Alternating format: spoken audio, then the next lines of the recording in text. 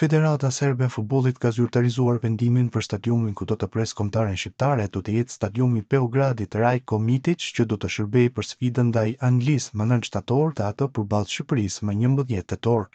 Rajko Mitić është stadiumi më i madh i Beogradit me 51.700 ulëse që shërben dhe si shtëpi e Crvena Zvezdës, kështu Shqipëria do të rikthehet në Beograd pas 11 vitesh, por këtë herë jo në stadiumin e Partizanit të Beogradit ku flamuri autokton u thuva vit. Njoftimi i Federatës Serbe të Futbollit. Federata e Futbollit të Serbisë njofton publikun se ndeshjet kualifikuese të Serbisë kundër Anglisë më 9 shtator dhe kundër Shqipërisë më 11 tetor do të luhen në stadiumin Rajko Mitić në Beograd, ndërsa për ndeshjen e fundit kundër Letonisë është përzgjedhur stadiumi Mina Leskovac. Pas një analize të detajuar që përveç aspektit sportiv përfshiu dhe organizimin dhe sigurinë, si dhe konsultimet me UEFA-n, është arritur në përfundime se stadiumi Rajko Mitić, që objekti më i madh futbollistik në vend, do t'i ofrojë përfaqësuese son kushte optimale për zhvillimin e ndeshjeve të rëndësishme, shkruajnë serbët.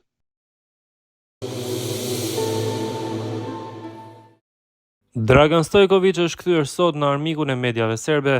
Trajneri i Serbisë, i pyetur nga gazetarët serb në konferencën për shtyp për incidentet nga tribunat me lojtarët, i ka hedhur poshtë aludimet e tyre, duke deklaruar se në Tiranë kishte përjetuar atmosferë fantastike në stadium. Ndryshe nga mediat serbe, të cilat e quajtën ndeshjen e Tiranës sikur kishin përjetuar një terror, trajneri kombëtares Dragan Stojković kishte një tjetër mendim.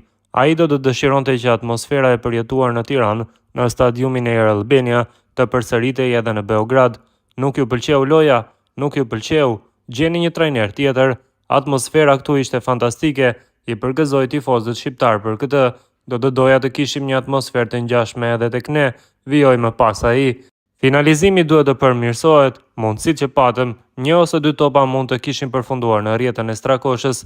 Një ndeshje tmerrësisht e vështirë jashtë fushë kundër Shqipërisë në Tiranë, ne e kontrolluam lojën, kishim kontrollin e topit, ku e ulëm sulmin e tyre në 0, kështu që ata duhet të ishin të kujdesshëm, sepse panë se nuk mund të na përballonin në këtë ndeshje.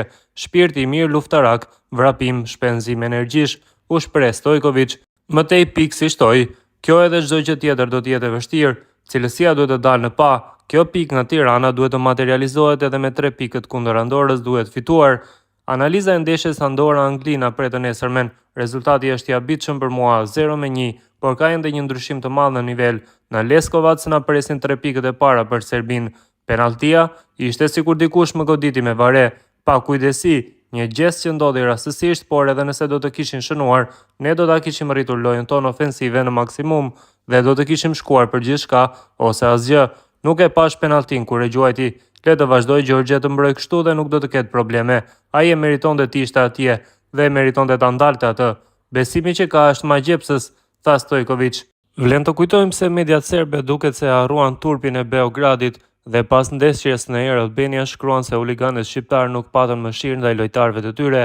Sipas raportimeve të mediave serbe, atmosfera në Tiranë ishte e ndezur dhe në disa raste doli jashtë kontrollit. Lojtarët e përfaqësuesve së Serbisë sipas tyre u goditën 5 herë me objekte nga tifozët vendas, duke çuar në ndërprerje të erëpashershme të ndeshjes. Mediat serbe cilësuan sjelljen e tifozëve shqiptar si të tmerrshme dhe kritikuan ashpër arbitrin italian të sfidës për mosmarrjen e masave të prera. Sipas të gjitha kritereve të UEFA-s, arbitri duhet ta boshatiste tribunën ose të ndërpriste përfundimisht ndeshjen, shkruan një nga portalet kryesore serbe, duke shtuar se nëse ngjarja do të kishte ndodhur në Beograd, do të ishte e pamundur që ndeshja të vazhdonte. Sa kaq vlen të theksohet se edhe pse pati disa episode të hedhjes së sendeve në fushë, sjellja e tifozërisë shqiptare në tërësi nuk krahasohet fare me atë të huliganëve serb në takimin famkeq të 11 viteve më parë në Beograd, ku tifozët hyn në fushë dhe goditën me çfarë të mundin lojtarët e kombëtares tonë.